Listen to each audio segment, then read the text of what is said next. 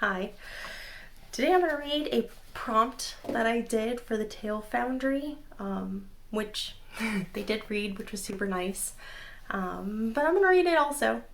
The prompt was the things left behind. So it could have been anything from good, bad, memories, an object, anything that you kind of just leave behind in the past and forget about.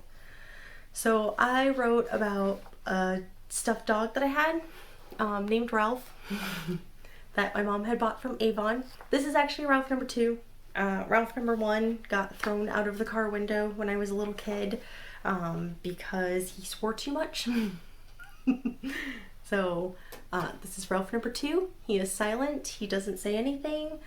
And he came in different sizes. I have a small one in my bedroom that is about like this big, hangs on the wall. I also had a really giant one as a child. It was really big. But this size was my favorite one. And this one I've had since I was 4, I think. But the other one I had when I was 2. So anyways, I wrote a story for the Things Left Behind about what happened to Ralph number 1. It's really short because the prompts for the Tale Foundry are 250 to 350 words long. So I wrote a lot of words, but that's just all about the true story of what happened to Ralph number 1. Now I will read the prompt that I wrote. I had a stuffed dog when I was a small child named Ralph, and would blame him any time I swore. This was usually during a car ride, as I would mimic my dad, who had road rage and swore prolifically when driving. To keep me from swearing, my mom told me girls don't swear. This excused my dad, who refused to temper himself.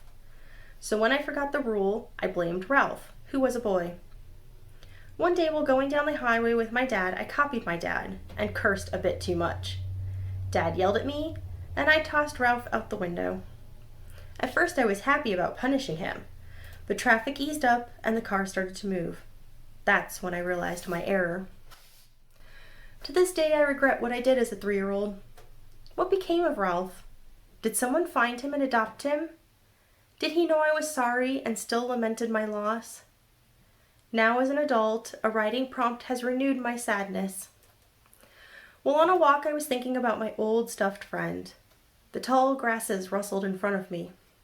I stopped, thinking it was a wild animal.